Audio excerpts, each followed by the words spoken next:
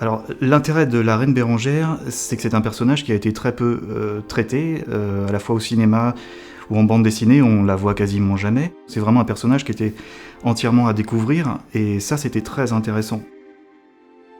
En même temps, c'était assez compliqué, puisque justement, comme on ne la connaît pas, il fallait l'inventer, en fait. Mais là, avec Bérengère, on a le gisant, on a des dessins du 18e, du 17e, du 19e, des trucs, sur aucun dessin ne se ressemble. Donc en fait, on a comme une grande liberté.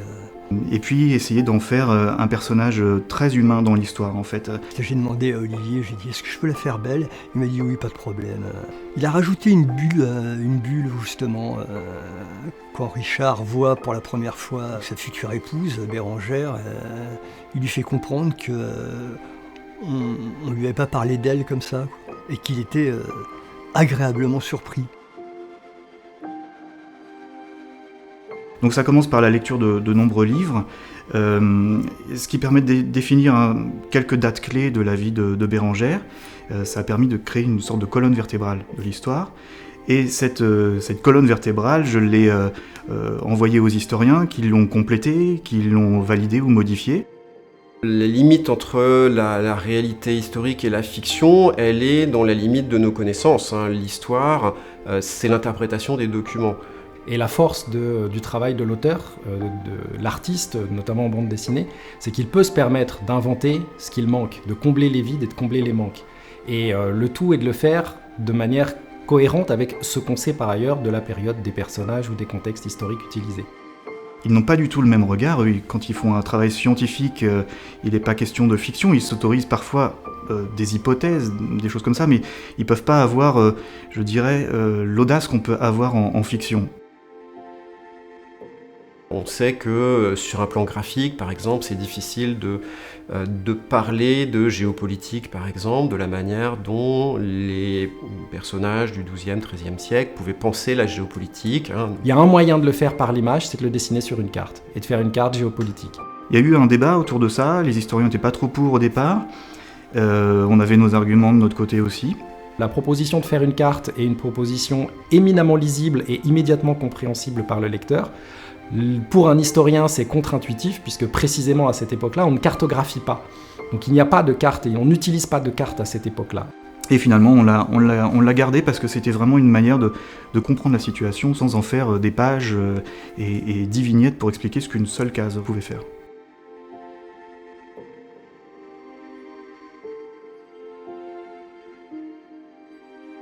Pour le travail avec Bruno Rocco, on l'a vu un petit peu en amont aussi, il nous a surtout sollicité au fur et à mesure, en fonction de ses besoins, savoir à un moment, il voulait dessiner des bateaux, alors comment étaient les bateaux pendant la Troisième Croisade, à un moment il voulait dessiner des chanoines, alors comment étaient les chanoines au début du XIIIe siècle, etc.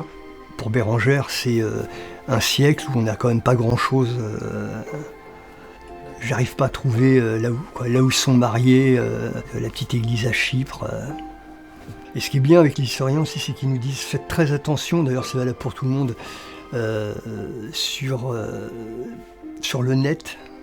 Il y a beaucoup de choses qui sont fausses. Le mariage a lieu à Chypre, à Limassol, dans la chapelle Saint-Georges, mais on ne sait absolument pas à quoi ressemblait cette chapelle, on n'a absolument aucun vestige et aucun témoignage archéologique. Donc on a constitué un dossier documentaire sur ces chapelles des 11 et 12e siècles, qu'on a envoyé au dessinateur. À partir de ces chapelles, il a recréé la chapelle Saint-Georges de Limassol. C'est donc vraiment une création, mais à partir d'éléments qui tous sont attestés. Ça permet d'aller beaucoup plus loin que nous, historiens, où on est contraint par le silence des sources, et donc on ne peut pas aller beaucoup plus loin.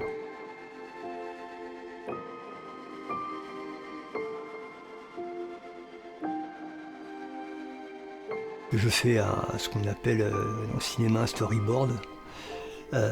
Après, je fais la même chose sur le format original. Et après, j'encre au pinceau. Donc le crayon, c'est crayon de papier. Et après, encre de Chine, pinceau. On est tout près de la caricature. Les prêtres assez gros, ou alors très maigres. Et c'est vrai qu'on est quand même plus proche de la réalité physique en fait de l'époque, parce que les gars se soignaient pas, donc ils perdaient une dent, ils n'avaient pas chez le dentiste. C'est la vision, moi, que j'avais, en tout cas, du 11e, 12e. Pas forcément très gai, quoi. À chaque vignette, on se pose des dizaines et des dizaines de questions. On se rend pas compte comme ça quand on lit l'album. On se demande comment un personnage doit être habillé, ce qu'il peut dire, à quoi il peut jouer, s'il y a une porte derrière lui, est-ce qu'il y a encore des portes, est-ce qu'il y a déjà des portes à ce moment-là. Quand on est au cinéma ou quand on est en bande dessinée, il faut représenter la scène. Le dessin permet des choses que le récit historique ne permet pas forcément. À partir du moment où on fait une bande dessinée historique, qu'est-ce qui est le plus important? Est-ce que c'est une bande dessinée, donc avec un scénario, une cohérence graphique, ou est-ce que c'est un ouvrage historique? Et à ce moment-là, c'est une rigueur scientifique beaucoup plus grande qui va dominer. Donc il y a eu une vraie discussion entre nous et ça nous a obligés individuellement à nous positionner et à réfléchir. Je voulais donner à cette histoire un côté assez organique, en fait. Donc en refaire une femme à l'époque du Moyen-Âge, avec ses préoccupations de reine, ses préoccupations de douairière du Mans, qui sont des préoccupations politiques, et puis ses préoccupations de femme, de la vie de tous les jours. Donc voilà, pour répondre à la question, c'est vrai que la reine Bérengère, il fallait l'inventer.